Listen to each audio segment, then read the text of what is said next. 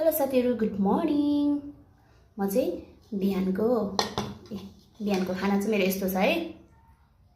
एकदम केही नराखिकन मसला रहित, चिल्लो रहित मैले यो चाहिँ एक सिटी लाएर सुप बनाएको छु। ग्रीन भेजिटेबल, बैगुन, चिप्ले भेन्डी अनि मुला अनि टमाटर ओन्ली अनि थोरै मसला अनि अदुवा लसुन काटेर सुप बनाएको छु, एकदम प्लेन।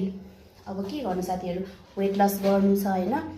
अनि अब उमेर बढ्दै गएपछि रोग लाग्छ हामीलाई, त्यही भएर अहिलेदेखि नै आफ्नो ज्यानको सुरक्षा गर्नतिर लागिरहेको छु म चाहिँ हैन। अनि अब त्यही त हो, अब यस्तो खाना यो कोरियन रेसिपी हेरेर मैले बनाएको हैन।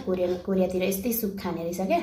अनि यस्तो सलाद, अनि यहाँ सलाद पनि छ। मेरो चाहिँ अब अहिले डाइटिङ छ हैन। म चाहिँ अब यो चटपटा मिठो हैन अनि स्पाइसीहरू चाहिँ अब मैले छोडिदिएँ है। छोडिदिएँ भन्दा नि कहिलेकाहीँ ओभर क्रेभिङ भयो भने चाहिँ म खान्छु नै। तर अब मेरो खाना चाहिँ यस्तै हो हैन। बिहान चाहिँ मैले चिया सिड अनि जिरा पानी पिज्जाको खाइसकेको छु। अनि अब अहिले चाहिँ यो खान्छु अनि फलफुल खान्छु दिउँसो। अनि बेलुका अब यस्तै के हुन्छ त्यस्तै खान्छु है साथीहरु। तपाईहरु पनि अब एकदम योङ सधैँ हैन।